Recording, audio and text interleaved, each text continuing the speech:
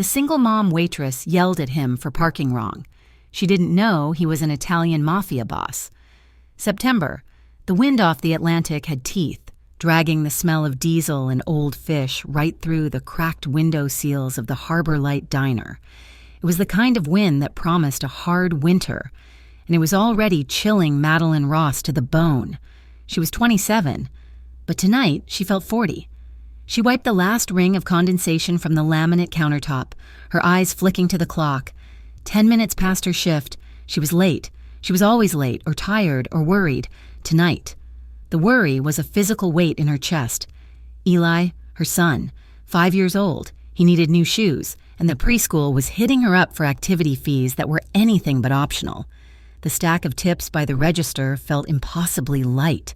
She was drowning, and Port Camden was a cold, deep ocean.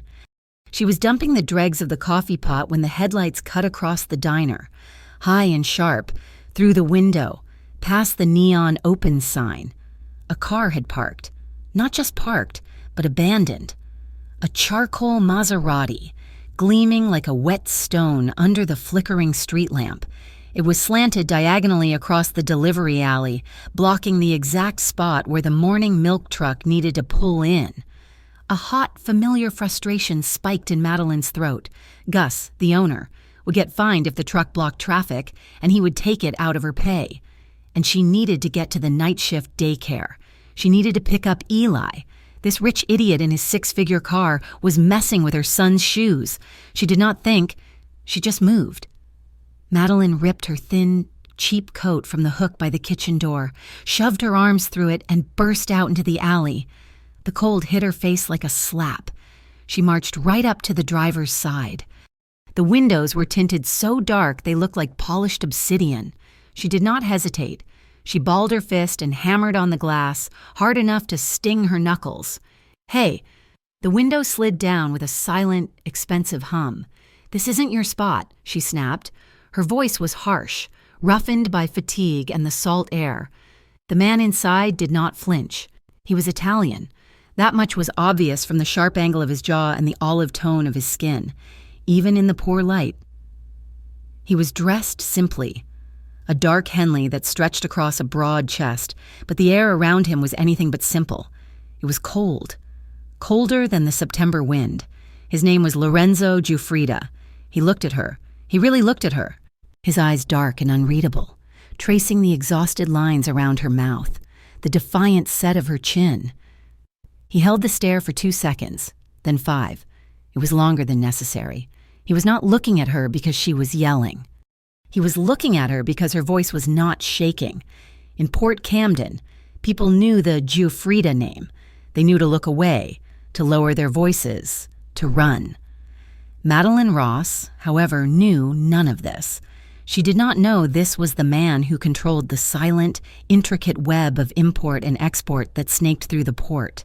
She did not know that his name was a permanent red flag on the dashboards of the Atlantic Urban Integrity Bureau, the local agency that spent its days trying to untangle his money laundering schemes. She just knew he was making her late. Lorenzo Giuffrida killed the engine. The silence that followed was heavy. Then, the door opened. He unfolded himself from the low-slung car. He was tall, taller than she expected, with shoulders that filled the narrow alley. As he stepped into the light, she saw the intricate ink, black and gray, that covered the backs of his hands and disappeared up the sleeves of his shirt.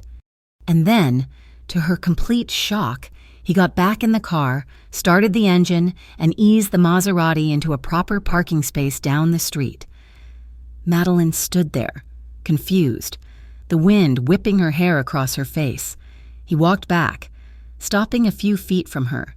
He smelled expensive, like leather and something faintly spicy. "You work the night shift here." His voice was low, with a gravelly accent that was pure East Coast Italian. "What?"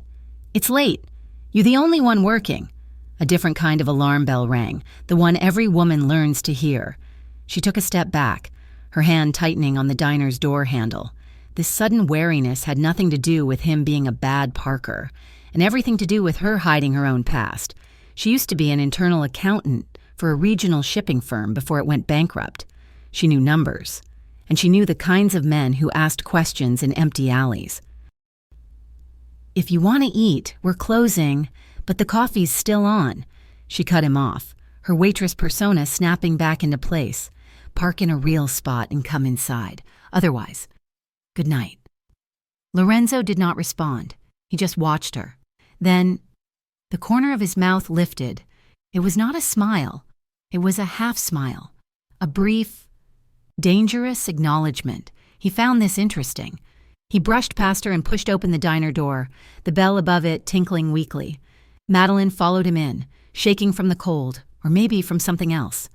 Gus, a round man whose face was usually fixed in a weary smile, was behind the counter. He looked up as Lorenzo entered. Gus's face did not just pale, it went gray. The coffee cup in his hand visibly rattled. He made a frantic cut-it motion to Madeline, pulling her behind the counter toward the milkshake machine. "Maddie, what did you do?"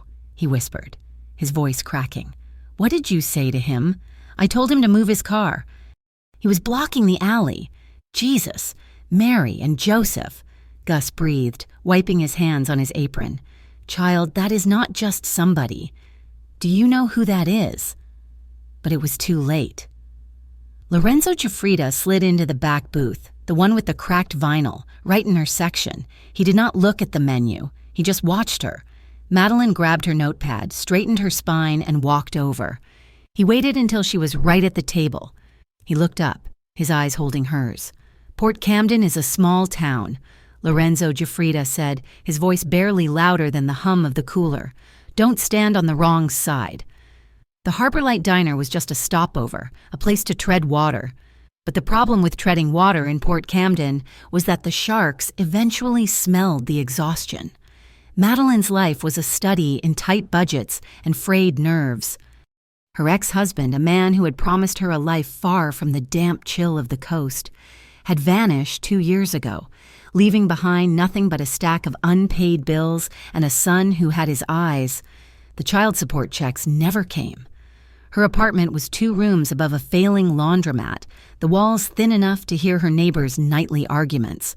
The smell of bleach and damp was constant. She picked up Eli from the 24-hour daycare, his small body heavy with sleep, and carried him the 3 blocks home, her back aching. He was her entire world, and she was failing him. Her mother, stuck in another state with a failing heart, was just another worry, another phone call Madeline could not afford to make. The walls were closing in. The next morning, a typed note was slipped under her door. The landlord, a man she had never met, was raising the rent by 15%, effective the 1st of the month. It was a death sentence. That same afternoon, her phone buzzed with an email from the preschool, a new fee for enrichment activities. Madeline sat on the edge of her worn-out sofa, Eli coloring on the floor, and opened her banking app. The numbers stared back at her, stark and brutal. After paying for the daycare this week, she had enough for 1 tank of gas and 2 more grocery runs. If she skipped meals, the preschool fee, the rent hike, they were impossible. The panic was cold and sharp in her stomach. She went to work that night, moving through a fog of desperation. She refilled coffees, wiped tables, and smiled until her face hurt, all while a calculator ran endlessly in her head. Then, he came back. Lorenzo Giuffrida slid into the same back booth just before closing. The diner was empty, save for an old trucker nursing a piece of pie. Madeline's stomach tightened, remembering Gus's pale face. She grabbed her notepad. "Just coffee, black," she said before he could ask. He nodded, his eyes never leaving her face. He just sat there, drinking the diner's bitter coffee, and watched. He did not seem to be waiting for anything.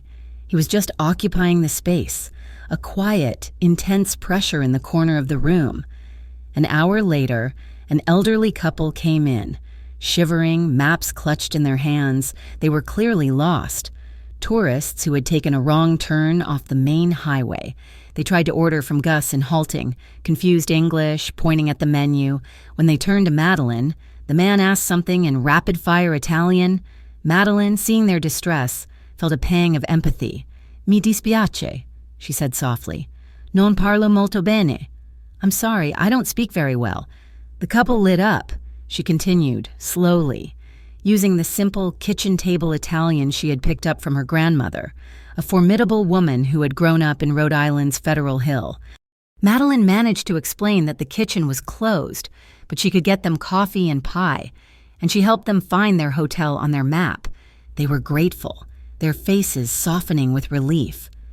Madeline did not notice Lorenzo, but he had not missed a word, his interest already piqued by her defiance, now sharpened into a tactical advantage. He was in a bind. His usual front, Camden Maritime Services, was under a microscope. The AUIB was sniffing around his shipping manifests, making it difficult to move his imports cleanly. His usual corporate sign-offs were too hot. He needed a ghost, someone with a clean record, no family ties in the city, and just enough intelligence to follow directions. Someone desperate. And here was a woman who could yell at a maid man, had an accountant's background, spoke a little Italian, and was clearly one paycheck away from disaster. When the tourists left, Madeline went to clear Lorenzo's table. He was gone. The cup was empty. Next to it, holding down a $100 bill, was a business card. It was thick. Creamy cardstock. Impossibly elegant L.G. Harbor Holdings. Underneath, a single phone number. No address, no title. Harbor Holdings. She had never heard of it. The $100 bill was more than she made in 2 shifts. It was a tip, but it felt like a down payment. She stared at the card, her fingers tracing the embossed letters. This was the man Gus was terrified of. This was the wrong side he had warned her about. She should have thrown it away. She should have given the money to Gus. She pocketed both. The breaking point came at 3 a.m. The daycare called, their voice hushed. Eli had a fever and a cough that sounded like a bark. She rushed out of the diner, her shift unfinished, and ran to the clinic. It was a mild bronchial infection, the doctor said, but Eli's history of wheezing meant he needed a nebulizer. The prescription was sent. At the 24-hour pharmacy, the total flashed on the screen.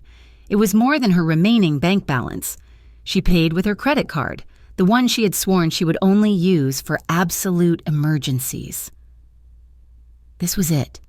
Back in the apartment, the pre-dawn light gray and unforgiving. She watched the medicated mist pump into her son's small lungs. His breathing eased. Hers did not. She was done. She was done being poor, done being scared, and done being a victim. She pulled the heavy card from her jeans. She thought, it's just paperwork, a side job. I'm smart.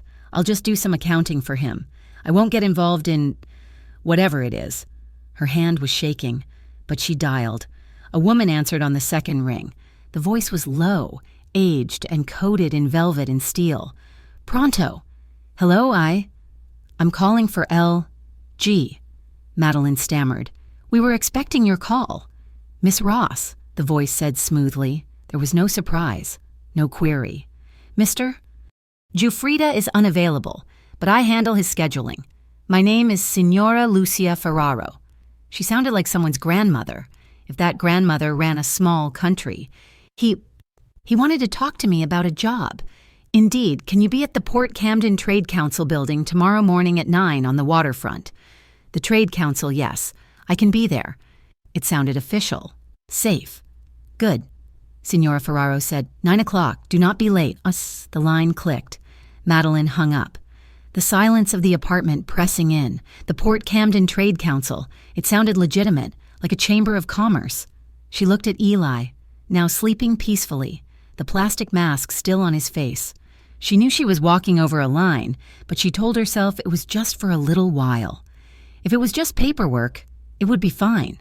The Port Camden Trade Council was not a council, and it was not for trade. At least, not the legal kind. Madeline knew this the moment her worn-out sneakers hit the curb. The building itself was old, a 3-story block of granite that had once been a harbor master's office. But it was the modifications that made her blood chill. The windows were new, tinted a reflective, mirrored black. A high-definition camera, its lens a cold, unblinking eye, swiveled smoothly from a new mount above the heavy oak door. And standing by the door were 2 men. They were not uniformed security. They were dressed in expensive, dark wool coats, their hands clasped in front of them, their thick necks and watchful eyes scanning every car that passed. They were Italian, and they watched her with an unnerving, professional stillness. This was not a government building. This was a fortress. She was standing on the wrong side he had warned her about. One of the men stepped forward as she approached, his hand slipping inside his coat. "You have an appointment. Madeline Ross, for 9 o'clock. With Signora Ferraro, his eyes flickered up, registering her. He nodded once, curtly, and pulled the heavy door open, not for her, but to let her pass into a small, sterile lobby. The air inside was silent and smelled of old money and floor wax. Another, younger man sat behind a thick sheet of bulletproof glass. He buzzed her through a second door without a word. She was in their world now. A spiral staircase led to the second floor. The large room at the top was a stark contrast to the grim exterior. It was a massive open space, dominated by a single 10-foot-long table made of a dark, polished wood that looked 100 years old. A wall of windows overlooked the entire port, the gray water, the cranes, the stacks of containers. Lorenzo Giuffrida stood by that window, a cup of coffee in his hand, looking out at his kingdom. He was not alone. The woman from the phone, Signora Lucia Ferraro, sat at the table. She was perhaps 60, impeccably dressed in a dark gray suit, her silver hair pulled into a severe bun. She radiated an authority that was absolute. Beside her sat a man in a pinstripe suit, his thin face buried in a stack of documents. "Miss Ross, you are punctual," Lucia said, her voice the same velvet and steel hum from the phone. "Sit." She indicated a single chair placed opposite them. Lorenzo turned. He had changed from his diner attire. He wore a crisp white shirt, the sleeves rolled up his forearms, revealing the dense, intricate tattoos. He did not smile. He just watched her walk the long distance across the room and take the seat. "The other night," he began, his voice cutting through the silence, "you yelled at me. You were not afraid." Madeline's heart was hammering against her ribs.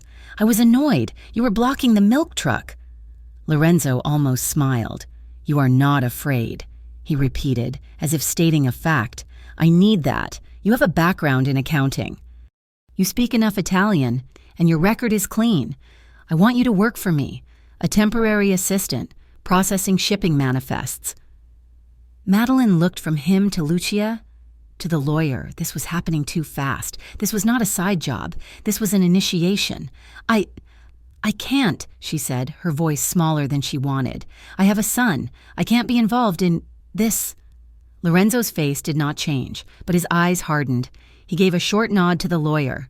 The pinstripe man, who had not yet looked up, slid a single manila folder across the polished table.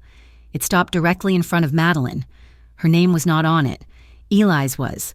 She opened it with numb fingers. Inside was not a contract. It was her son's entire life.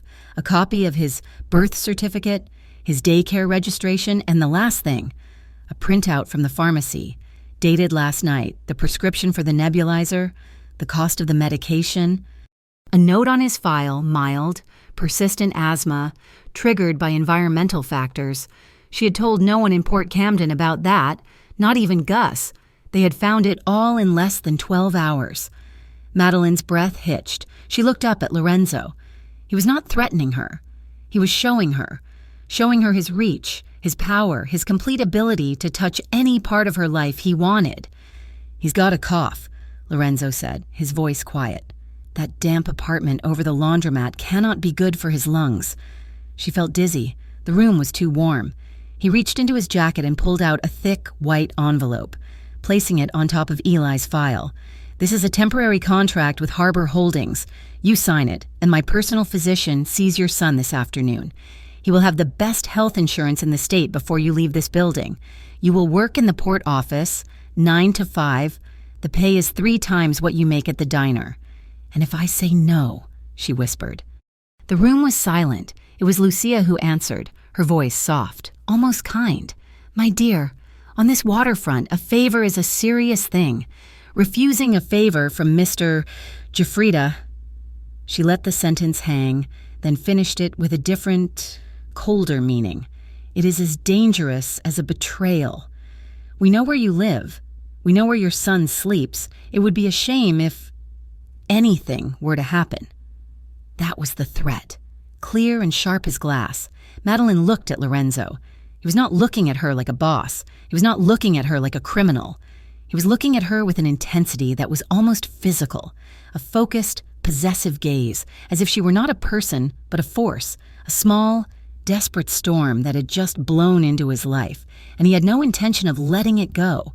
She was trapped by the rent, by the prescription, by the fear for her son, and a small, terrifying part of her admitted she was trapped by the man himself. She picked up the pen. "I have one condition," she said, her voice surprisingly steady. Lorenzo raised an eyebrow. "I keep my night shift, a few nights a week, at the diner." Lucia scoffed, but Lorenzo held up a hand. "Why? Because if I suddenly quit, buy new things, and my son gets new doctors, people will notice. Gus will notice. The AUIB you're so worried about will notice.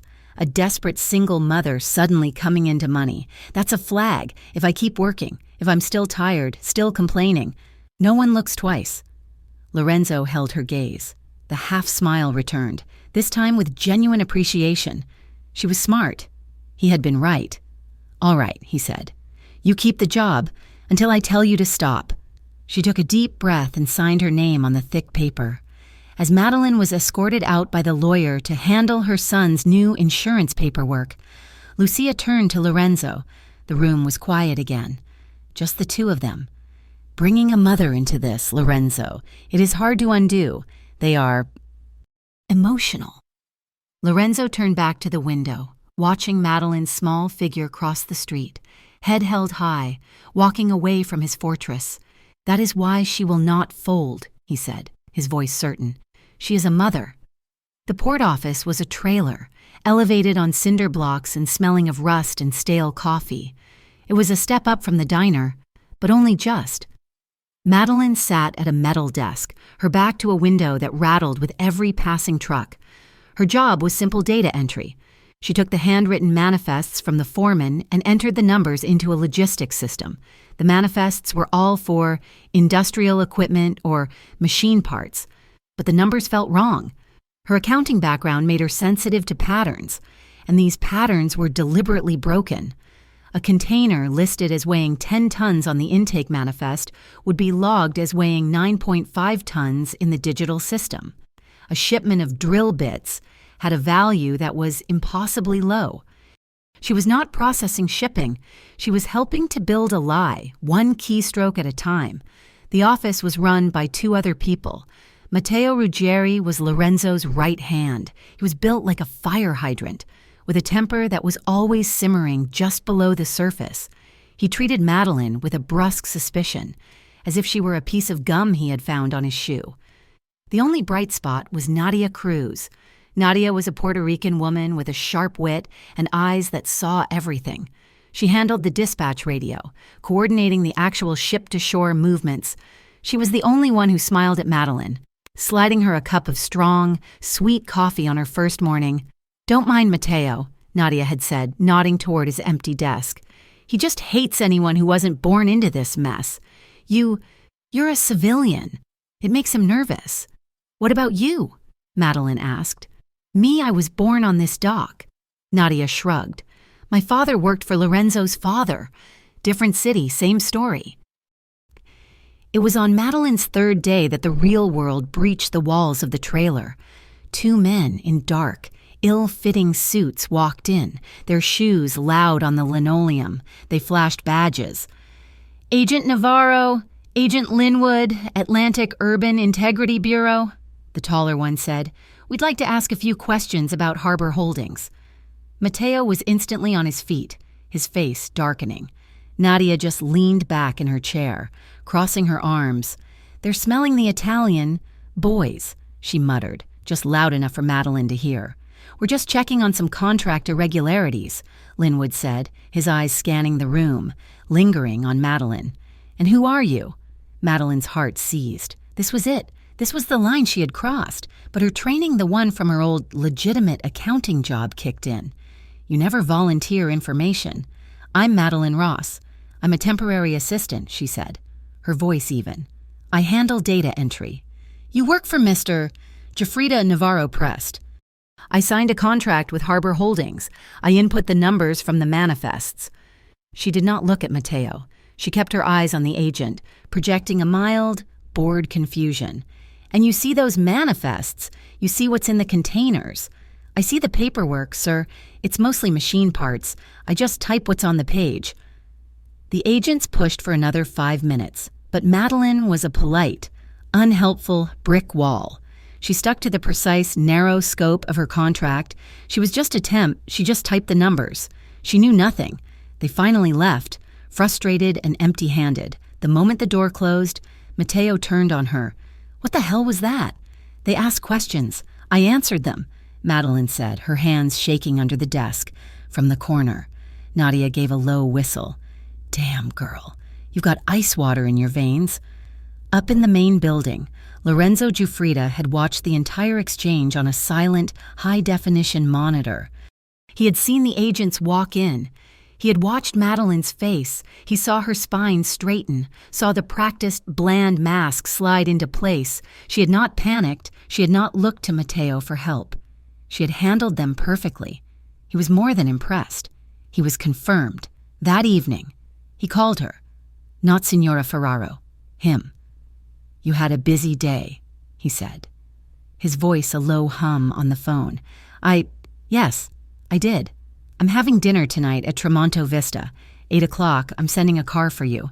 We need to clear the air about my parking. It was not a request. It was a summons. Tramonto Vista was the most expensive restaurant in Port Camden, a glass and mahogany temple perched on the hill overlooking the city. The car he sent was a black Escalade, and the driver did not speak. Lorenzo was already at the table. It was not in the main dining room. It was a secluded alcove, separated from the other diners by a heavy velvet curtain. The table was set for two, against a wall of windows that should have offered a stunning view of the harbor lights, except this window was different. It was thick, almost an inch of glass, and it did not shimmer. It was the same mirrored black as his office, bulletproof. You came, he said, standing as she approached. You made it sound like I didn't have a choice. You always have a choice. Madeline, you just might not like the consequences of some of them. He was a different man here. In the diner, he was an intrusion. At the office, he was a shadow.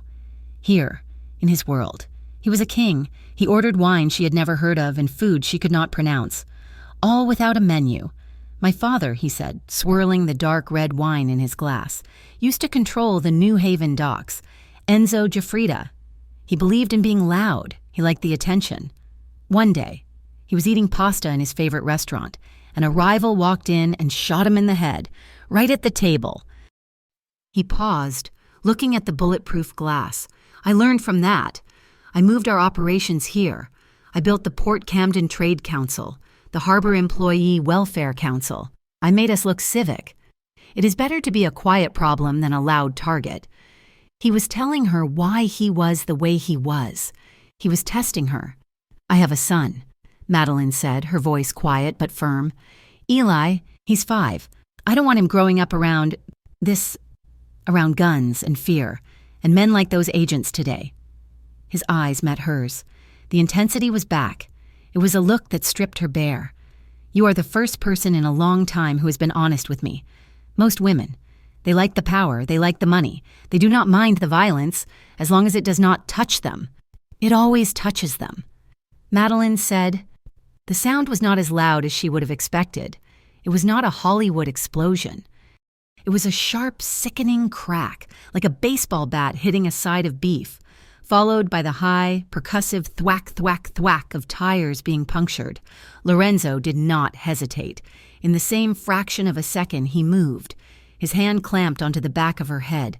His arm went around her waist, and he yanked her sideways. He threw his entire body over hers, pushing her down into the carpeted floor beneath the table. He was heavy, a solid wall of muscle and bone, pressing her into the ground. His other hand was inside his jacket. His bodyguards were shouting in Italian outside their alcove. Don't move. He breathed into her ear. His voice was a snarl, an animalistic sound she had not heard before. She was pinned. All she could smell was the faint scent of his cologne and the starch on his shirt. She could feel the heat radiating off him. His heart was hammering against her back. Or maybe it was hers. She was terrified, but the dominant sensation was the crushing, absolute weight of him, protecting her. "What was that?" she whispered, her face pressed into the carpet. "The iron whales," he growled, his head still up, listening. "A local problem. They think they own the water. They are mistaken." He stayed there for a full minute, his body a living shield. The shouting outside subsided, replaced by the sound of a car peeling away. Lorenzo did not move. Not at first. He just held her. Then he slowly eased his weight off her. He stood, pulling her up with one effortless motion. His eyes were black. The civilized man from dinner was gone. The man who had watched his father die was here. He looked at her, his hand still on her arm, his fingers digging in. He saw her, trembling but unharmed, and he knew, in that instant, that she was no longer just a smart hire. She and her son were now a liability, a target. And to keep his rivals from using them as leverage, he would have to pull them so deep into his world they could never leave. The following morning, at 8 o'clock, the knock on her door was not a fist, but a quiet, firm rap. Madeline opened it, her hair still damp from the shower, and her heart stopped. Lorenzo Giuffrida stood in the hallway of her crumbling apartment building, and he looked impossibly out of place. He was in a dark suit, tailored so perfectly it seemed sculpted to him, but his eyes were on the room behind her. Eli was on the floor, watching cartoons. A small, dry cough escaped him as he focused on the screen. "Mommy, who is it?" Eli called, not looking away. "It's a friend from work, honey." Lorenzo stepped inside, his presence seeming to suck all the air out of the tiny, damp room. He looked at the peeling paint, the single space heater, the second-hand sofa. His gaze was not judgmental, it was assessing. Eli turned, his eyes wide. He looked at the tall, powerful man. "Are you a cop?" A shadow of a smile touched Lorenzo's mouth. He crouched, not getting too close, bringing himself down to the boy's level. His voice, when he spoke, was surprisingly gentle. Something like that. "I work at the port. I make sure bad people do not steal the ships." Eli accepted this and turned back to the TV. Lorenzo stood, turning to Madeline. "You cannot stay here. I do not have a choice." "Yes, you do." He was all business now. "The Giuffrida Coastal Development Board owns a condominium tower on the North Beach. It is secure. I have a 3-bedroom unit reserved for you. It's an employee benefit." Madeline stiffened. "An employee benefit like the trailer, like the agents who showed up yesterday, like the men who shot at you last night." She crossed her arms, a flash of the woman who had yelled at him returning. "I'm not moving my son into a building full of your gunmen. I will not have him grow up thinking that is normal." Lorenzo stepped closer, his voice dropping so low Eli could not hear. "The men who shot those tires, Madeline, they do not care that your son is in here. They do not care that he is 5. They know you were with me. They know what you look like. They will not hesitate to use him to get to me. He said, tapping his own chest. "I care, and my gunmen are the only reason you will sleep tonight." She had no answer. She knew he was right. The terror from last night was still cold in her stomach. He turned to the small kitchen table. He placed 2 items on it. The first was a box from a high-end pharmacy containing a new, expensive nebulizer and several vials of prescription medication. The second was a bright red toy fire truck, heavy and made of metal, not cheap plastic. "This is for the cough," he said, nodding to the medicine. "And this is so he remembers a different kind of man in a uniform." He left her standing there, her defenses shattered, not by the threat, but by the toy. The move happened that evening. Lorenzo's men were efficient and silent. They did not pack, they simply moved her and Eli. The new apartment was a cage made of glass, 300 feet in the air, overlooking the dark sweep of the Atlantic. The front door had 3 deadbolts and a keypad. Madeline walked through the rooms clean, modern, sterile, while Eli immediately claimed the smallest bedroom. Thrilled by the view of the city lights, she found Lorenzo on the balcony, the wind whipping at his suit jacket. They stood in silence for a long time, watching the ocean. "I never married," he said, his voice almost lost in the wind. "Never had children. What we do, this life, it is not safe for a family." Madeline looked at his reflection in the glass. He was not looking at the ocean. He was looking at her. And in his eyes, she saw the one thing that scared her more than the bullets he was imagining it. He was imagining a life that was not safe. Right here with her. A vibration broke the spell. He pulled his phone from his pocket, his expression hardening as he read the screen. "There is a problem at the dock," he said, his tone flat. "A container is missing from the manifest. So call Mateo." "No, you're coming with me." "I am not. Eli is here." "Eli is safer here than you are." Lorenzo interrupted, his voice like steel. "I have a man on the elevator and one in the hall. He's fine. I want you to see this. I want you to understand what you signed up for. Get your coat." The docks at night were a different world. The wind was raw, carrying the clang of metal and the smell of diesel. Lorenzo's black SUV rolled to a stop by a dimly lit loading bay, where Mateo was holding 3 stevedores against a container wall. One man. The shift captain was spitting curses. "I told you, the pay is not enough for this risk. My guys need a bonus. Sometimes containers just get lost." "You are trying to extort me," Lorenzo stated. It was not a question. "I'm just saying, it's cold out here. Things get missed." Lorenzo looked at the man for a long, silent moment. Madeline, standing by the car, felt her blood run cold. "Mateo," Lorenzo said. Mateo nodded. He and another man grabbed the shift captain. They did not hit him. They did not pull a weapon. They dragged him to a large, insulated drum filled with near-freezing seawater used to flash-chill fish. "You are cold," Lorenzo said calmly. "Let us fix that." They shoved the man's arm, elbow deep, into the icy brine. The man's body went rigid. He did not scream, at first. Then a low, guttural howl ripped from his throat as the sub-zero water attacked his nerves. It was a sound of pure agony. Madeline flinched, a hand flying to her mouth. Lorenzo watched, his face impassive, for 10 seconds. "Do you feel the bonus, Captain?"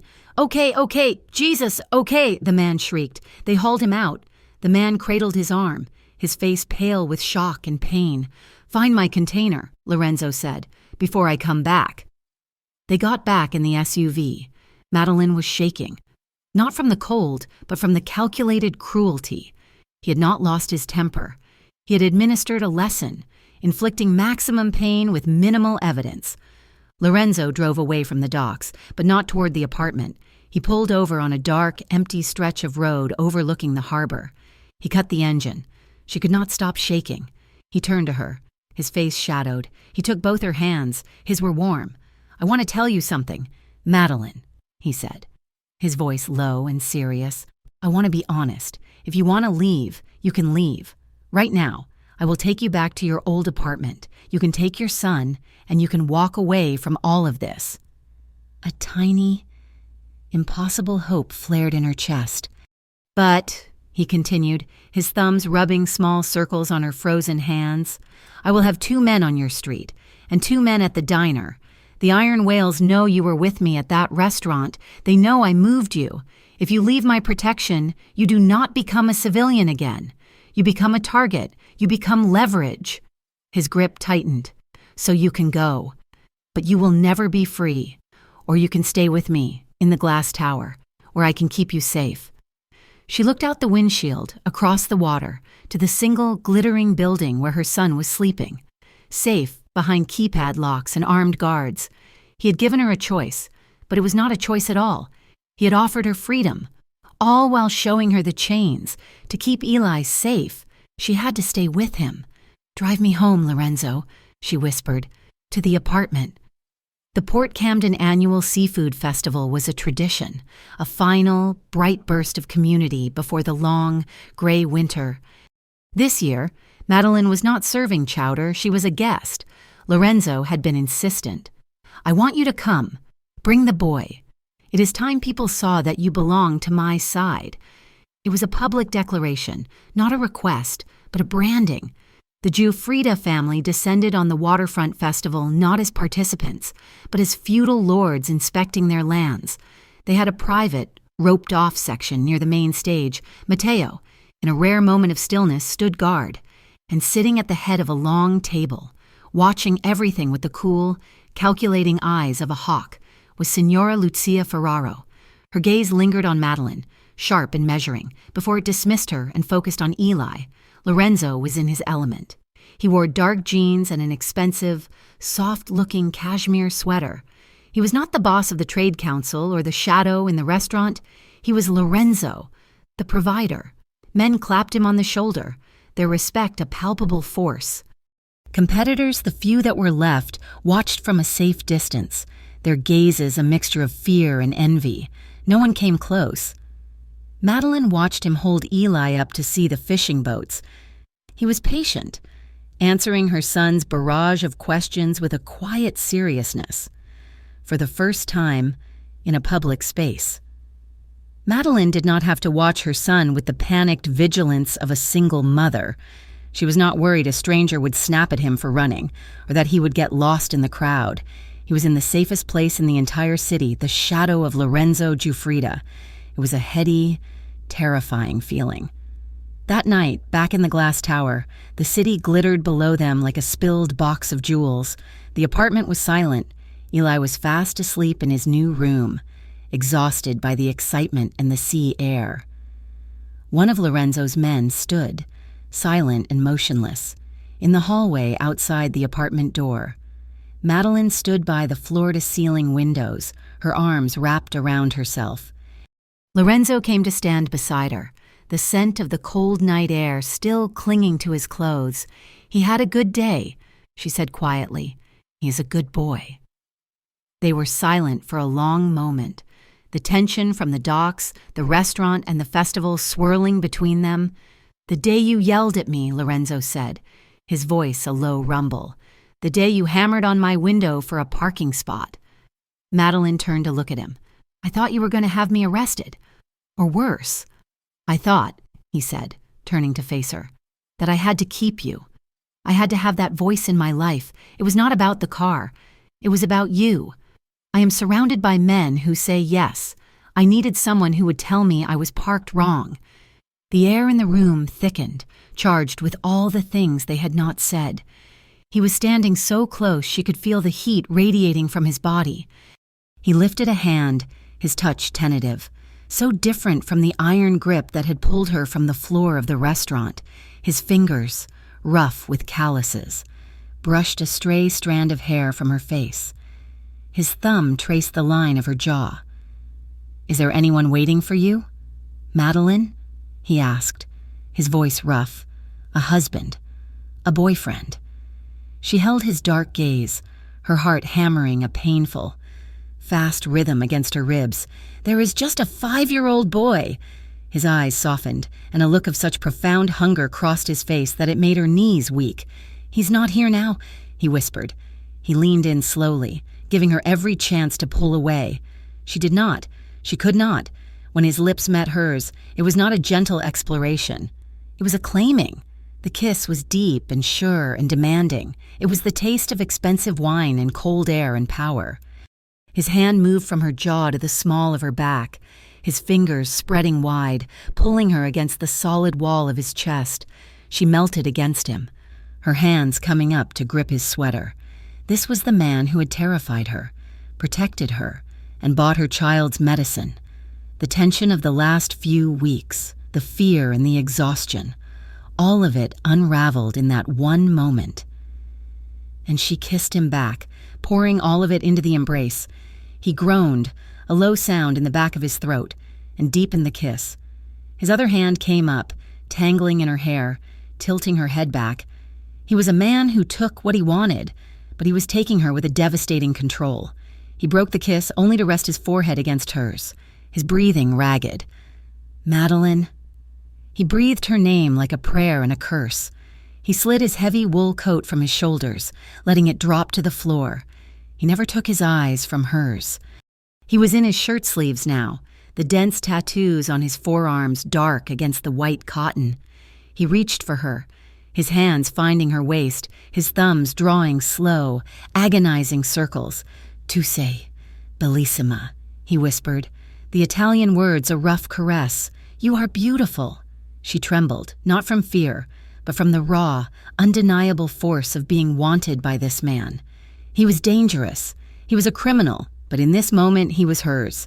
He lifted her as if she weighed nothing, his mouth finding hers again, and carried her from the living room. Her arms wrapped around his neck, her senses filled with the solid, warm feel of his muscles, the scent of his skin. The city lights blurred through the windows as they moved past, heading toward the darkness of her bedroom. She felt his hands, firm and possessive, tracing the curve of her spine, holding her tight against him. It was a fall, and she did not want to be caught. The next morning, the light was gray and unforgiving. Madeline woke up, tangled in sheets that smelled like him. She was alone. For a panicked second, she thought it had been a dream, a fantasy born of fear and proximity. Then she saw it. On the nightstand, placed with purpose, was a pristine folder. She opened it. Inside, on embossed letterhead, was a fully approved, top-tier health insurance policy. It covered everything. Eli Ross was listed as the primary beneficiary. At the bottom, a sharp, authoritative stamp, Harbor Employee Welfare Council. Approved. She understood. Last night was not an impulse. It was not a moment of passion. It was a seal. It was the final signature on a contract she had not realized she was signing. Her phone buzzed. It was an unknown number, but she knew who it was. She answered, "When a Giuffrida takes a woman to his bed," Signora Lucia Ferraro's cold, precise voice said, and then puts her name in his files. She becomes one of two things. She becomes family, or she becomes a loose end that must be cut. You choose, my dear. You choose. The line clicked. Lucia's call was a warning. The insurance policy was a chain. Madeline's life in the glass tower was no longer just about protection. It was about ownership. The shift in her world was mirrored by a new tension on the docks. The AUIB, emboldened by the public gunfire at Tramonto Vista, was intensifying its scrutiny. The pressure was no longer just men in suits asking questions. Nadia, her face tight, pointed out a small black dot hovering over the container yard one afternoon. "Drones," she spat. "The feds are getting cute. They are taking pictures of everything that moves." The surveillance made everyone edgy. But it was Lorenzo who became a different kind of cold. He called a meeting in the trailer. Just him, Matteo, and Madeline. Nadia was kept on dispatch. They knew the ship was coming, Lorenzo said, his voice flat. He was staring at a printout of a shipping schedule. Last night, the Iron Whales tried to intercept a container before it was unloaded. Not at the restaurant, not on the street, at sea. They knew the vessel number. He looked at Matteo, then at Madeline.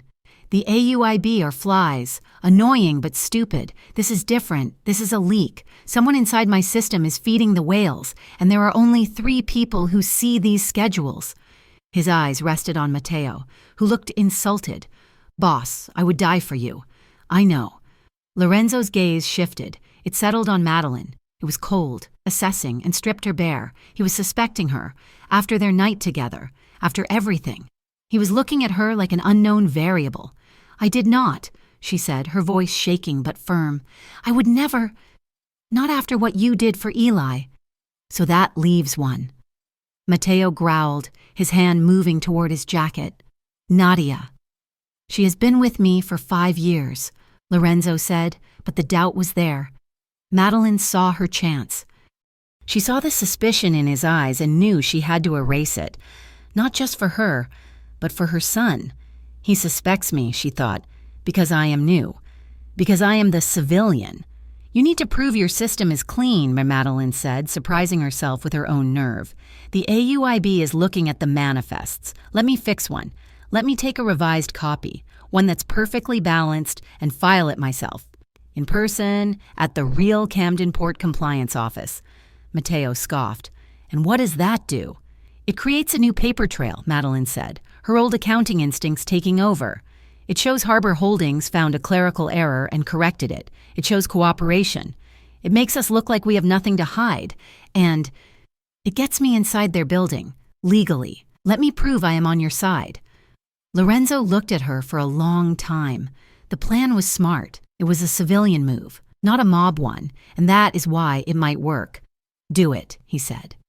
The Camden Port Compliance Office was a sterile, fluorescent-lit box in a downtown federal building. Madeline, clutching her file of corrected manifests, felt her stomach churn. She was walking into the lion's den, but she was doing it for the other lion. She was told to wait for a port supervisor to sign off on the refiling. As she sat on a hard plastic chair, Agents Navarro and Linwood, the same agents from the trailer, walked past. Deep in conversation with a uniformed port officer, they did not notice her. "Don't need to wait for the warrant to clear," Navarro was saying, his voice low and angry. "We just need one more shipment confirmation. The judge will sign off on the whole dock." "We will get it," the port officer said. "Our informant is solid. She is scared, but she is giving us good intel." "This Nadia's been good," Linwood agreed.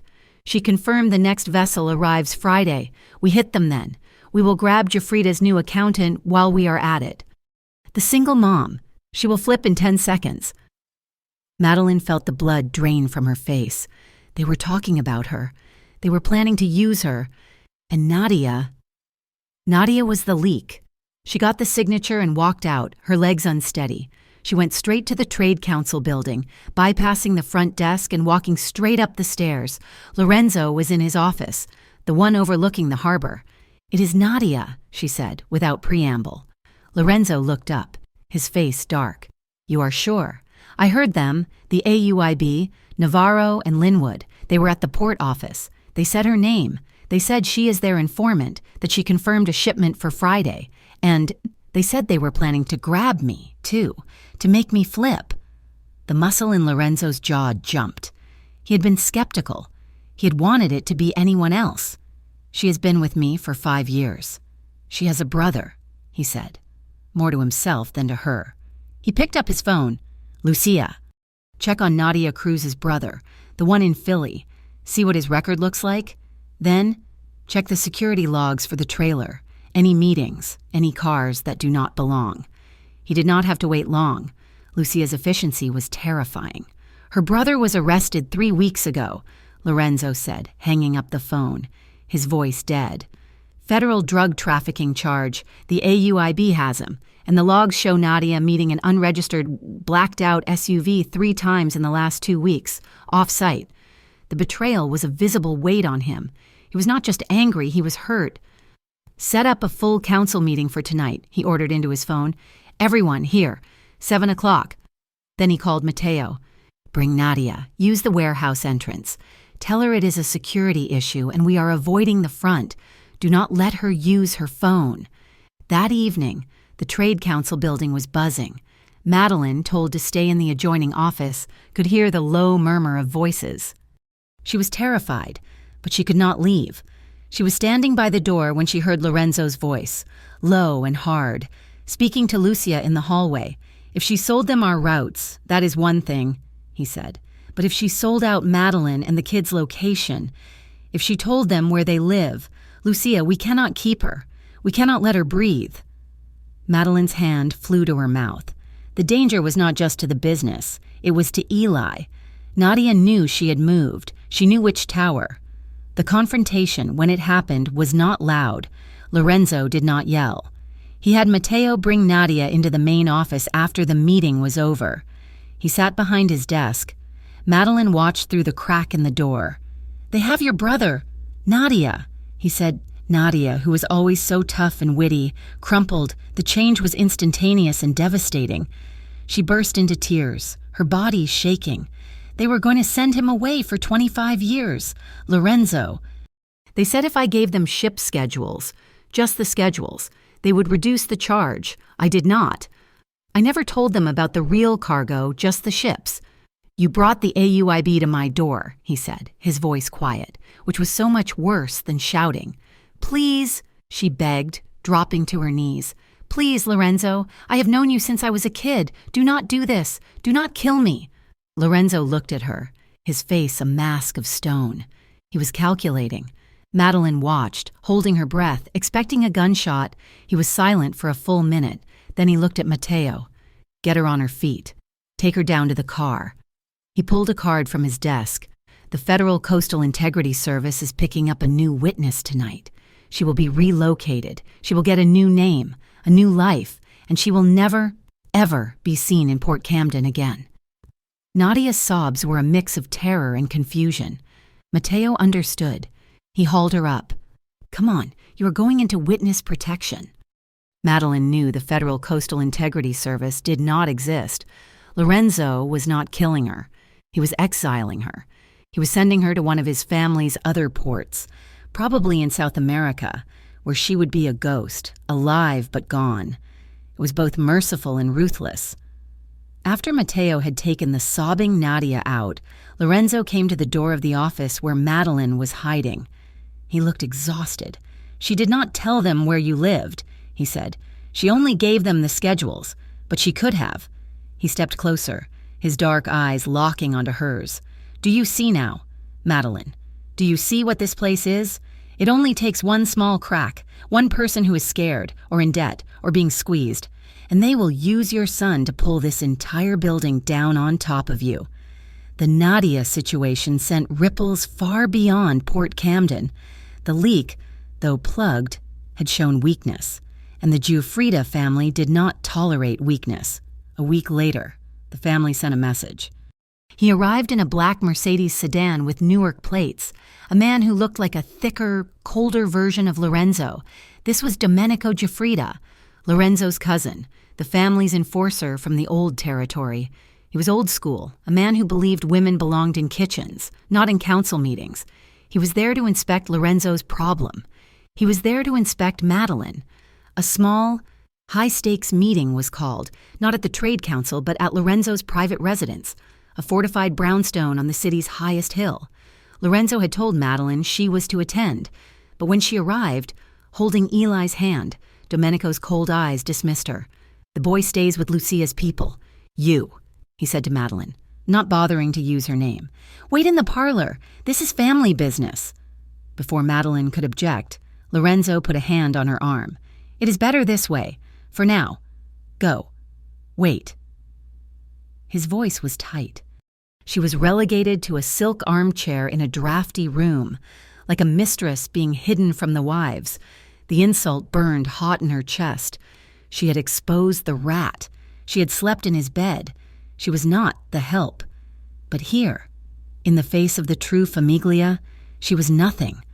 The parlor's heavy oak doors were closed, but not fully. Their voices were low, but Domenico's was not. He was a man who liked to be heard. "She has a weakness.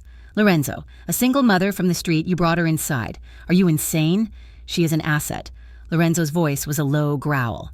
"She found Nadia when no one else could. She is a liability," Domenico snapped. "She has a child, the Iron Whales, the AUIB. All they have to do is touch the boy, and your entire port collapses. We've lost people this way before. Cousin, we have seen what happens when our enemies find a soft target. This is not a game." Madeline's blood ran cold. "She is smarter than half the men you brought with you from Newark," Lorenzo countered, his voice dangerously quiet. "And she is not soft. She has steel." "Then you make her a ghost," Domenico roared. "You sign her to the payroll, you give her the silence papers, and you keep her away from the business. You do not bring her to your table." There was a heavy silence. "The family," Lucia's voice cut in, "will only accept this if she is bound, a lifelong, ironclad non-disclosure. If she signs, she is an employee. If she does not." Madeline did not wait to hear the alternative. She stood up and pushed the heavy doors open. The three of them, Lorenzo at the head of the table, Domenico and Lucia on either side, looked up, stunned at her interruption. She looked only at Lorenzo. "A silence agreement, like I am some temp you are firing." "Madeline," Lorenzo started, standing up. "This is not the time. I slept with you," she said, her voice shaking with a cold fury. "I work for you. I put my son's life at risk for you. I uncovered your traitor, and you are going to offer me a piece of paper to buy my silence. This is not a company, Madeline. Lorenzo's own temper flared, his leader persona snapping into place, the mask of the lover gone. This is a front line. This is a war. Everyone who gets close to me, everyone who knows what I do, signs the paper. My men sign it. Lucia signed it. It is not an insult. It is a rule. Your men are not sleeping in your bed, she shouted back, the words echoing in the suddenly silent room. They did not have their son's medical records stolen to force them into a job. Do not talk to me about rules. I am not one of your soldiers. Lorenzo. It was the first time they had truly fought. It was not a disagreement, it was a collision. If you are not with me, Lorenzo said, his voice dropping to a deadly whisper, you are a problem. Then I guess I am a problem, she said. She turned, walked out of the room, collected Eli, and left the brownstone. She took a cab, not his car, back to the only place that was hers, the small, damp apartment above the laundromat. Lorenzo let her go. He watched from the window, his knuckles white as he gripped the frame. He let her go to cool off, to understand. But he did not let her go unprotected. A dark sedan, invisible to her, followed her cab and parked across the street, its two occupants watching her window. Madeline felt a strange, hollow relief. The apartment was cold. Eli coughed in the damp air. She had made her stand, but as the sun went down, the reality of her choice set in. The shadows in the alley outside seemed darker, more menacing. The next day, she took Eli to the corner store for milk. She felt the eyes on her before she saw them. Two men, both wearing the sleeveless, patched vests of the Iron Whales, were leaning against the building. They were not subtle. They did not move. They just watched. She grabbed Eli's hand and turned, walking quickly back toward her building. They started to follow, their boots heavy on the pavement. "Just want to talk, lady," one of them called. "We got a message for your boss." Her heart was in her throat. She fumbled for her keys at the apartment door. They were halfway across the street.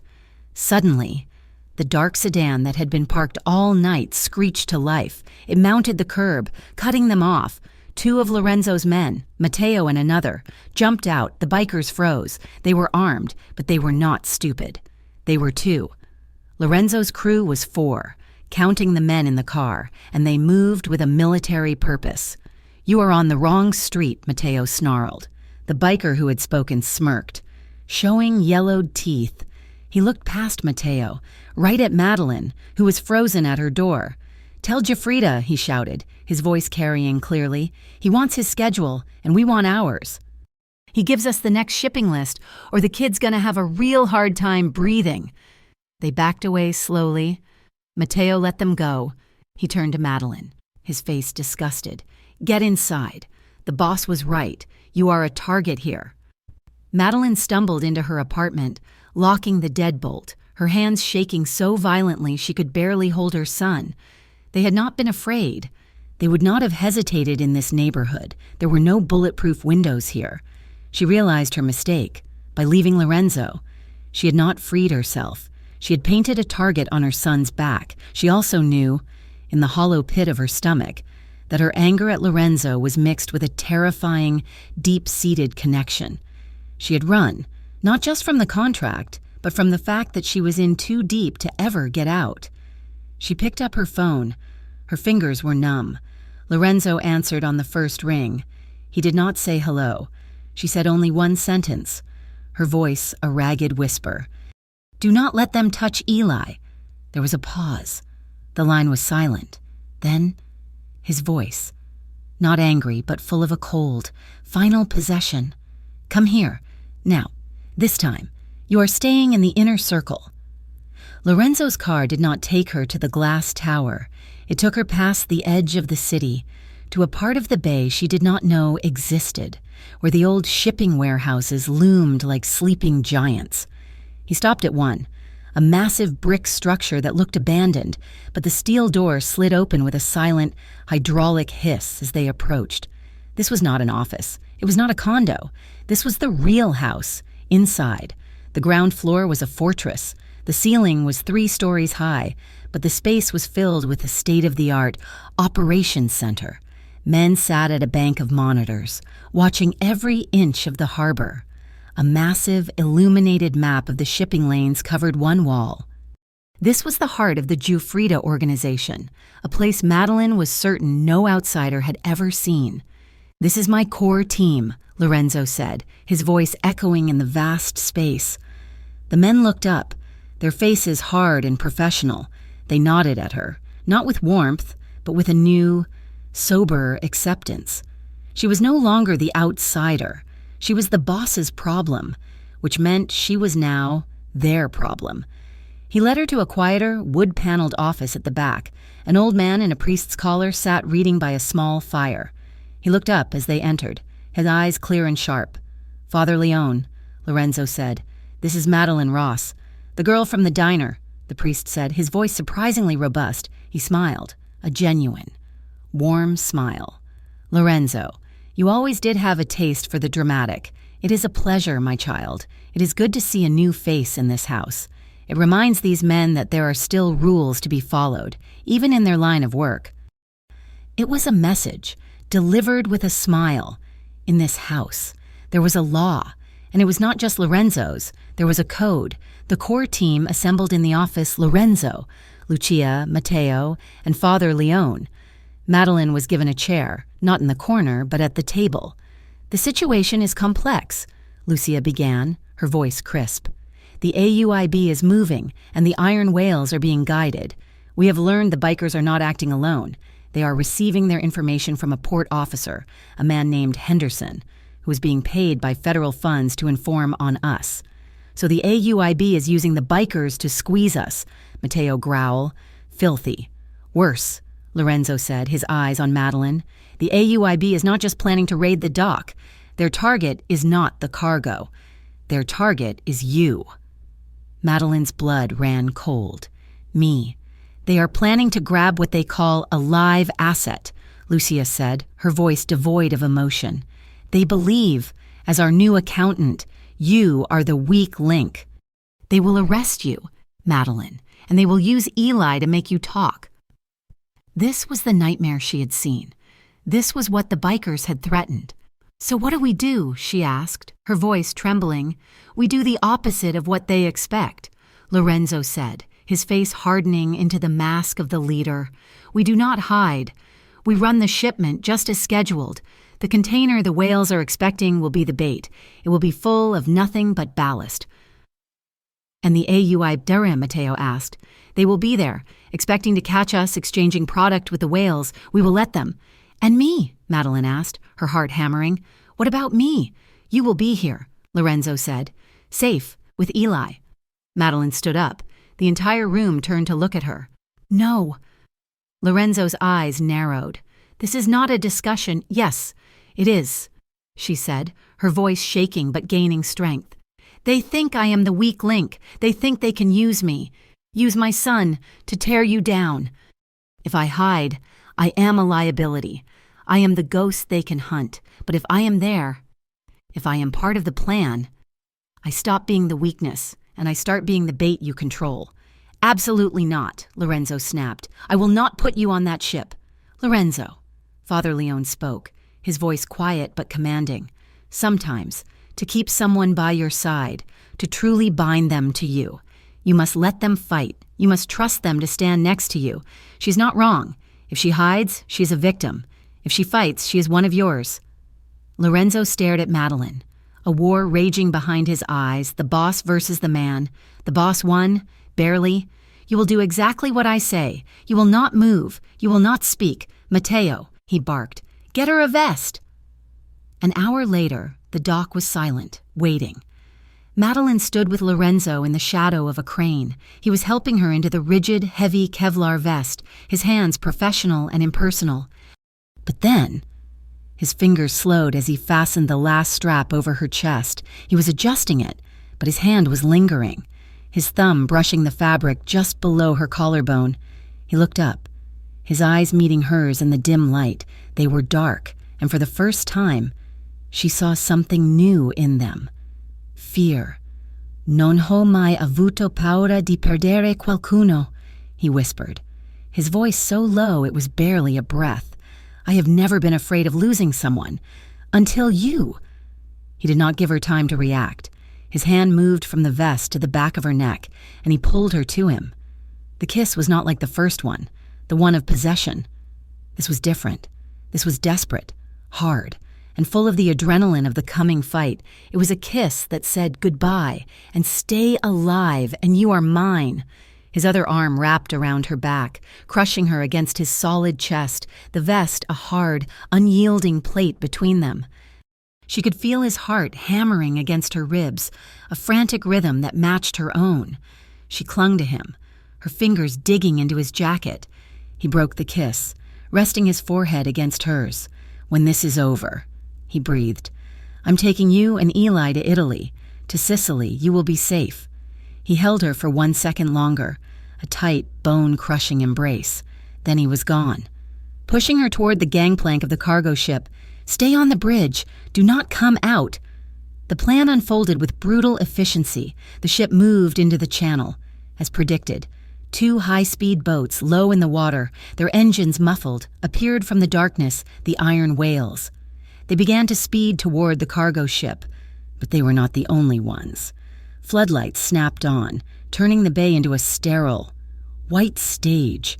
Sirens ripped through the night, the AUIB, their boats, marked with federal insignia, swarmed from the other side of the channel, converging on the ship, their target. Lorenzo's own boat, a sleek, black, high-speed craft, shot out from under a pier. Matteo and his team, already on the cargo ship, engaged the bikers, forcing them away from the hull. Lorenzo's boat pulled alongside the ship, his eyes only on the bridge. He was coming for her. He was getting her out. But as he looked up, he saw it, an AUIB agent on the deck of the lead boat, a high-definition camera raised. The agent was not filming the bikers. He was filming the bridge, and in the bright, unforgiving floodlights, he snapped a perfect, clear, digital photograph of Madeline Ross, standing on the deck of a ship during a known criminal interception. The legal trap was sprung. The subpoena arrived the next morning. It was not a request. It was a demand. Madeline Ross was summoned to the AUIB Federal Building at 2 o'clock to clarify her role in the operations of Harbor Holdings. The photograph of her on the ship was their leverage. "They will not let me leave," Madeline said, her hands clutching a coffee mug in the operations center. "The moment I am in that building, they will hold me until I talk. If you do not go, they will come here," Lorenzo said, his voice a low growl. "They will bring a tactical team. They will create a war on our doorstep, with your son in the middle." "So I go," she said, her voice hollow. "And they will offer me a deal. My freedom for you, and they will use Eli to make me sign." It was a perfect trap. There was no way out. "There is always a way," Lucia Ferraro said, stepping into the room. She held a thin, aged file. "The Giuffrida family has survived for generations, not by fighting every battle, but by controlling the narrative. You will go, my dear, and you will cooperate." Lorenzo looked at her, his eyes narrowing.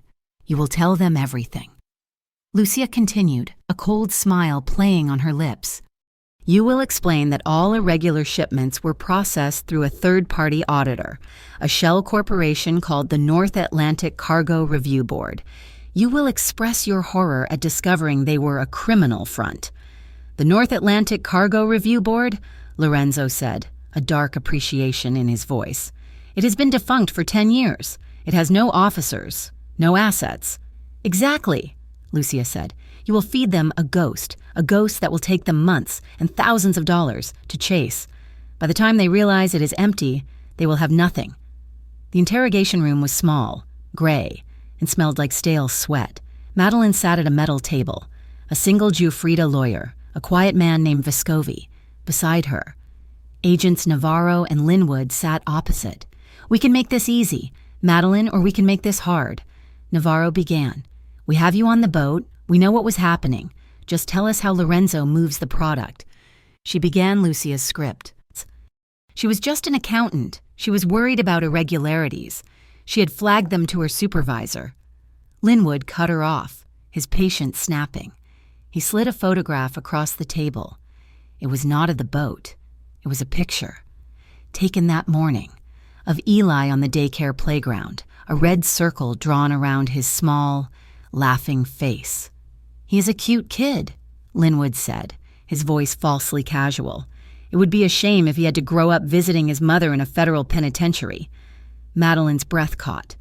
Her blood turned to ice. She looked at the photo, at her son, and then she looked up at the agent. She did not cry. She did not break. She let a cold, hard anger settle in her eyes. "Are you threatening my son, Agent Linwood?" Vescovi, the lawyer, asked, his voice suddenly sharp. "Because that is what I heard, and I am sure a judge would be very interested to know." While Madeline held the line, Lorenzo stood on the sidewalk across from the federal building, a living statue of controlled fury. His phone buzzed. It was not Lucia. It was Matteo, from the Bay Villa. "Boss, we have a problem. The whales are here. They are hitting the villa. They came from the water." Lorenzo's head snapped up. Lucia was at the villa. He had moved Eli there this morning, to Father Leone's adjoining chapel, believing it the safest place. The bikers were not just a diversion. This was a coordinated, full-scale assault. "Hold them," Lorenzo snarled. "There is more." Matteo's voice was tight with gunfire in the background. "They were not alone.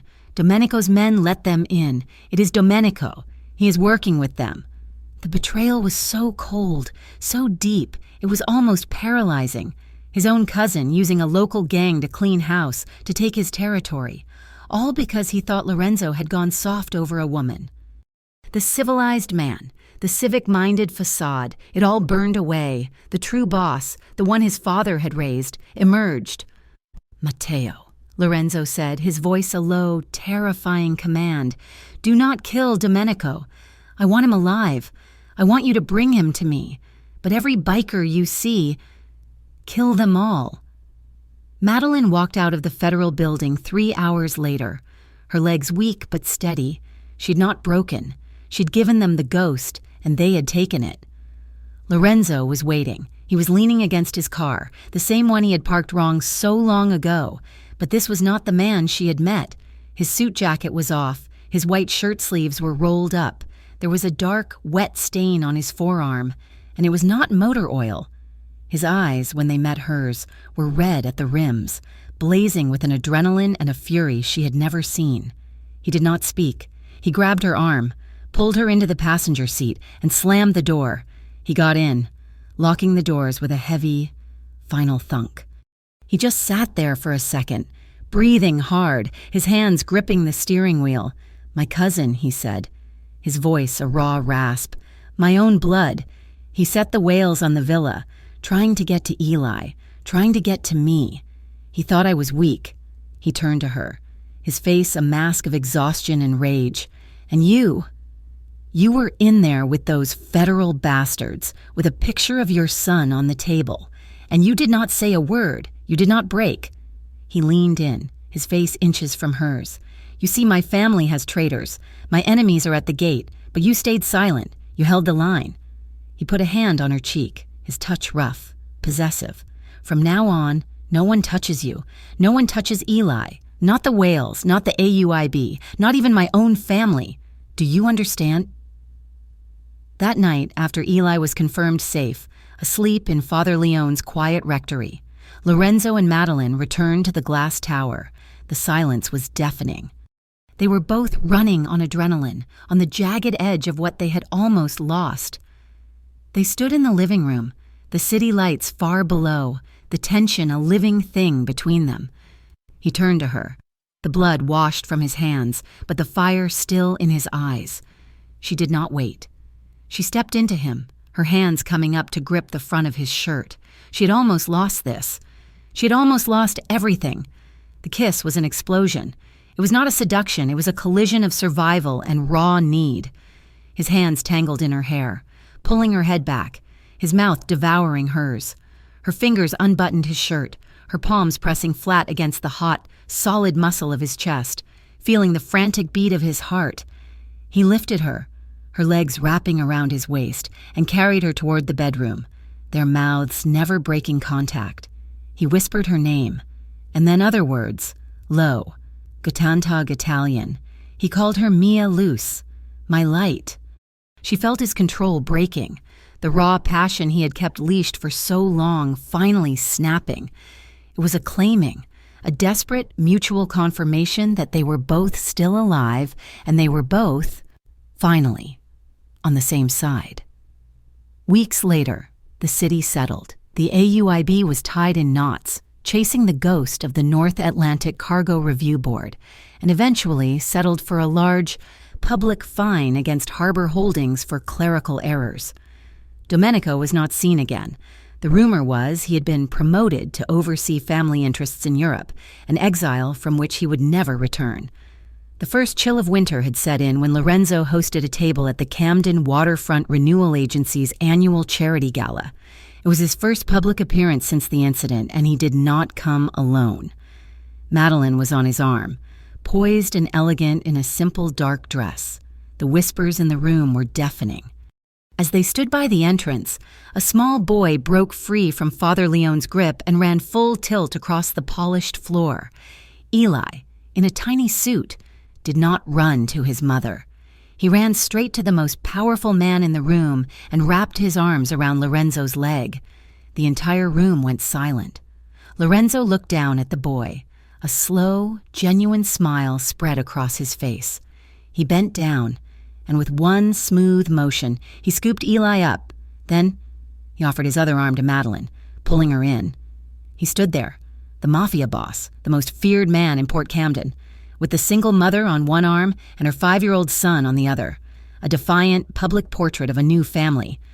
He had come to the diner that night looking for a cup of coffee. He had found an annoyance, then an asset, then a liability. But standing there, with his 2-person family held tight, Lorenzo Giuffrida realized the truth. It turned out that parking spot was where he had intended to stay for his entire life. Thank you so much for listening to this story. We would love to know where you are tuning in from. Let us know in the comments so we can all connect and share our thoughts. Please subscribe to our channel, Mafia Boss Stories, and like this video. If you want to support us further, please hit that hype button so this story can be heard by even more people.